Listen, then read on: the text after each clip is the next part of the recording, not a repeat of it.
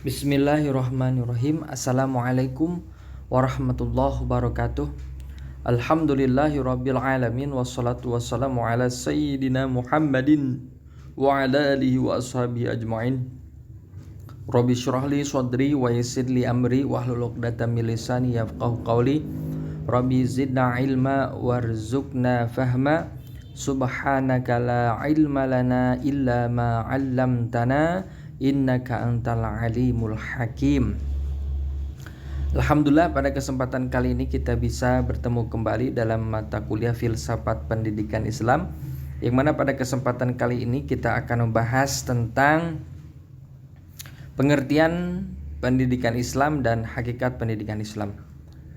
Jadi dari sisi bahasa, pendidikan Islam ini diambil dari bahasa Arab yang semakna dengan tarbiyah, dan juga ada ta'lim, kemudian juga nanti ada ta'dib.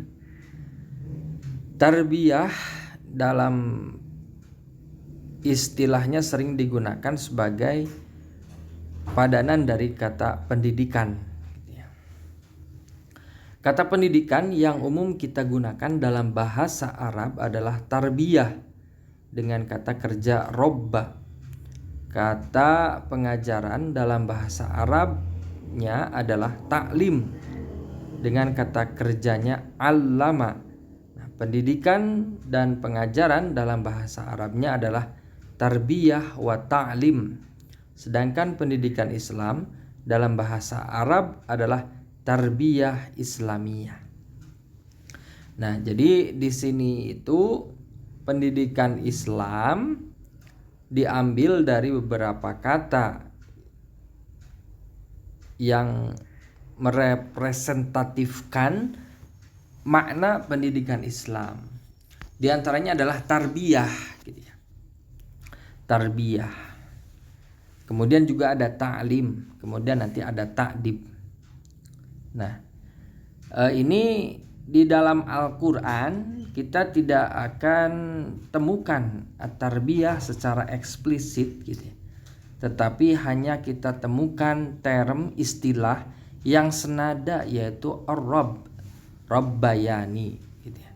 Dalam surat Al-Isra ayat 24 yang kita kenal, yaitu dengan lafadznya a'udzubillahi minasyaitonirrajim. Bismillahirrahmanirrahim. Wakhfid lahuma janahadzulli minar rahmati wa qur rabbirhamhuma kama rabbayani shaghira. Artinya, dan rendahkanlah terhadap mereka berdua, yakni orang tua, penuh kesayangan, dan ucapkanlah, wahai Tuhanku, kasihanilah mereka berdua sebagaimana mereka telah mendidikku sewaktu kecil. Nah, di sini ada kata-kata rabbayani yang artinya mendidikku. Nah, jadi kata-kata mendidik diambil dari kata rabbayani yang asal katanya adalah robba. Nah, dalam bahasa Arab, kata robba memiliki beberapa arti, antara lain mengasuh, mendidik, dan memelihara. Jadi robbayani itu bisa makna dengan mengasuh, sebagaimana orang tua mengasuh kita, kemudian sebagaimana mendidik dan memelihara. Nah, dan kata robba ada yang berarti memimpin, memperbaiki, dan menambah. Sedangkan kata roba berarti tumbuh dan berkembang.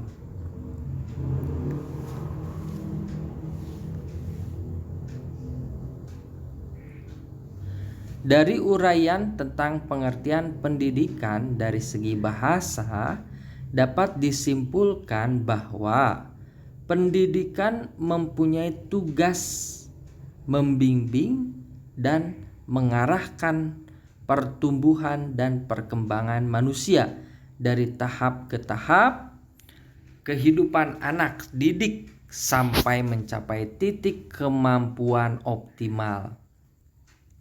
Nah, di sini bahwa pendidikan itu bertugas membimbing dan mengarahkan pertumbuhan.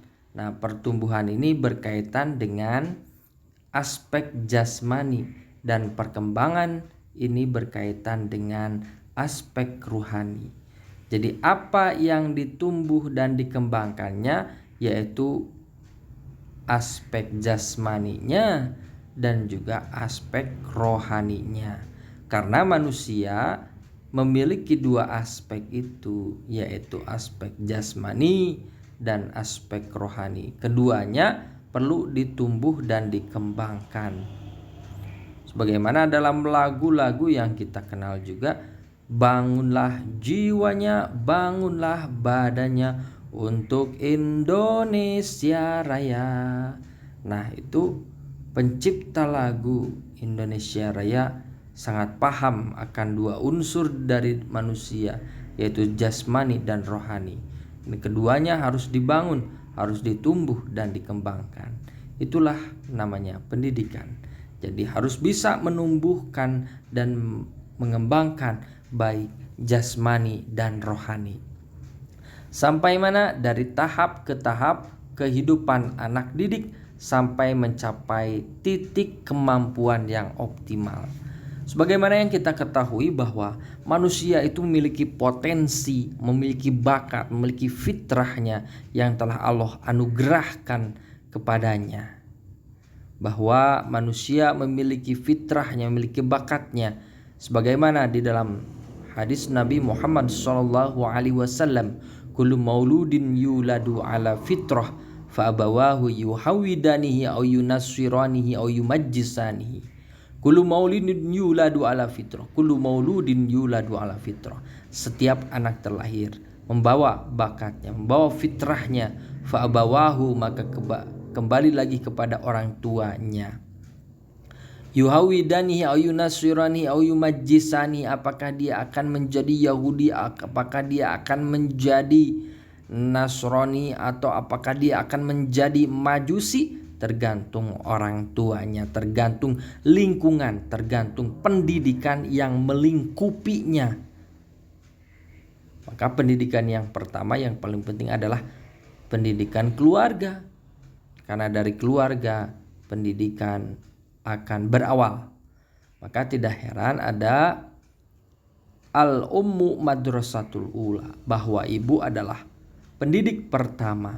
Maka untuk mendidik generasi yang lebih baik, maka diperlukan ibu yang sangat luar biasa. Kemudian dikenal juga dengan istilah, ada di dalam pendidikan kita itu ada pendidikan informal, ada pendidikan non formal, ada pendidikan formal. Kalau pendidikan formal kita sudah tahu bersama bahwa pendidikan yang diselenggarakan oleh negara, yang diselenggarakan oleh masyarakat dengan sistem pendidikan formal yang mengacu kepada negara. Ada juga sistem pendidikan non formal seperti pendidikan pesantren, seperti pendidikan yang berkembang atau berinisiatif dari masyarakat. Itu pendidikan seperti PKBM, pusat kegiatan belajar masyarakat. Nah, itu adalah pendidikan-pendidikan non formal. Ada pendidikan informal, yaitu pendidikan-pendidikan yang berasal dari keluarga seperti homeschooling. Nah, jadi dapat disimpulkan kembali lagi bahwa pendidikan itu harus mempunyai tugas membimbing dan mengarahkan pertumbuhan dan perkembangan manusia dari tahap ke tahap kehidupan anak didik sampai mencapai titik kemampuan optimal. Menurut Ahmad D. Marimba, pengertian pendidikan Islam adalah bimbingan jasmani dan rohani berdasarkan hukum-hukum agama Islam menuju terbentuknya kepribadian utama menurut ukuran-ukuran Islam. Nah, hampir sama dengan sebelumnya bahwa pendidikan itu adalah bimbingan jasmani dan rohani. Nah, di sini ada langsung disebut bahwa apa yang dibimbing itu adalah yang jasmani dan rohani. Karena manusia memiliki dua unsur tadi, jasmani dan rohani. Berdasar apa? Berdasar hukum-hukum agama Islam.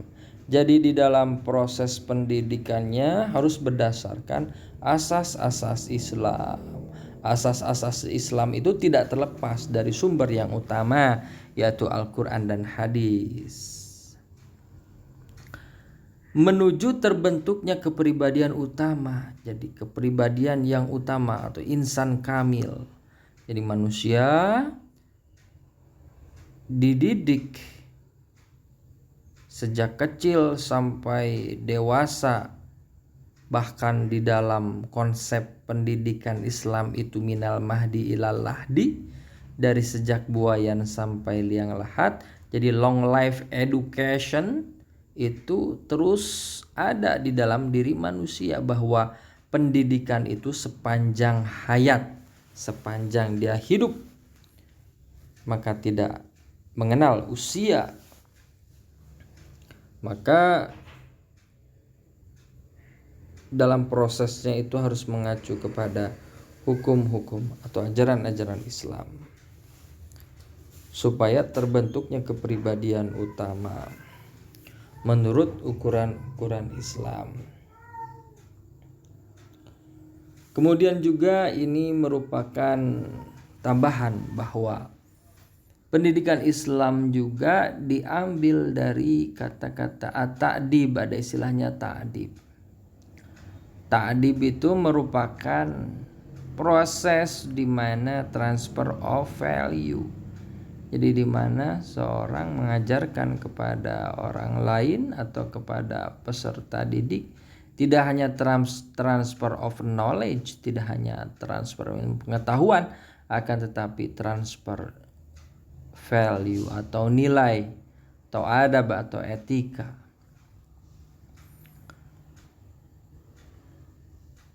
Maka ini sangat penting juga gitu ya. Sehingga pendidikan Islam itu semua aspek disentuh, baik aspek kognitif, aspek psikomotorik atau aspek afektif.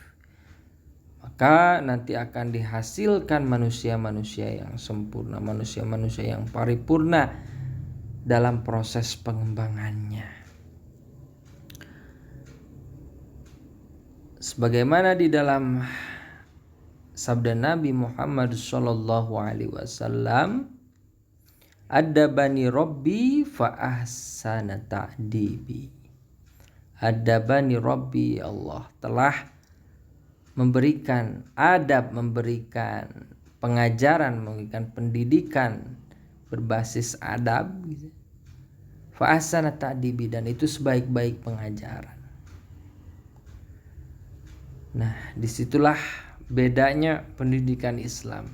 Jadi tidak hanya transfer of knowledge, tapi juga transfer of value yang di dalamnya ada makna-makna, ada hakikat-hakikat yang harus dipahami oleh peserta didik, sehingga peserta didik dalam menjalani kehidupan ketika sudah mapan, ketika sudah dewasa nanti akan menjadi manusia yang insaf, menjadi manusia yang sangat wisdom, menjadi manusia yang arif dan bijaksana karena memiliki value-value yang telah ditransferkan oleh para murabbi, oleh para guru-gurunya.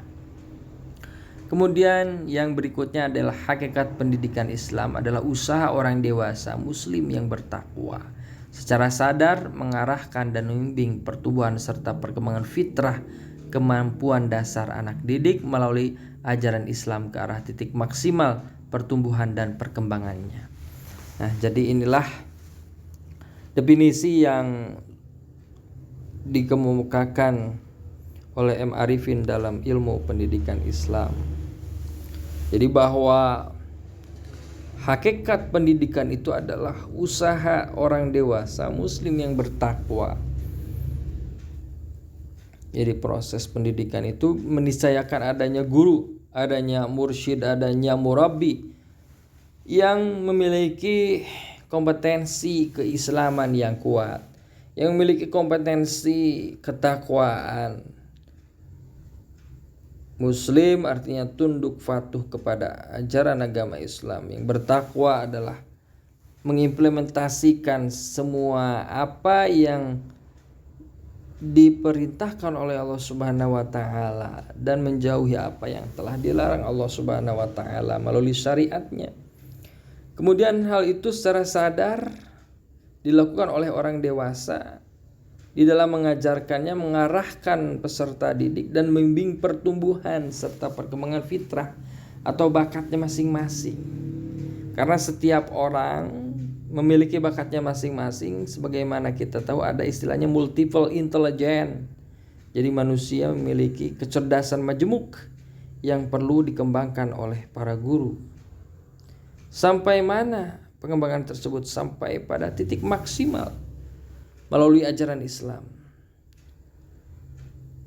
baik jasmani maupun rohaninya.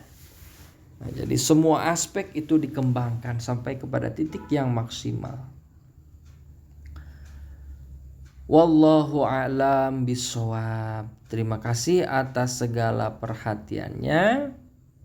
Mudah-mudahan apa yang kita pelajari bersama bermanfaat untuk kita semua. Wafaqanallahu ila aqwamit thoriq. Mohon maaf apabila terdapat kekurangan. Wassalamualaikum warahmatullahi wabarakatuh.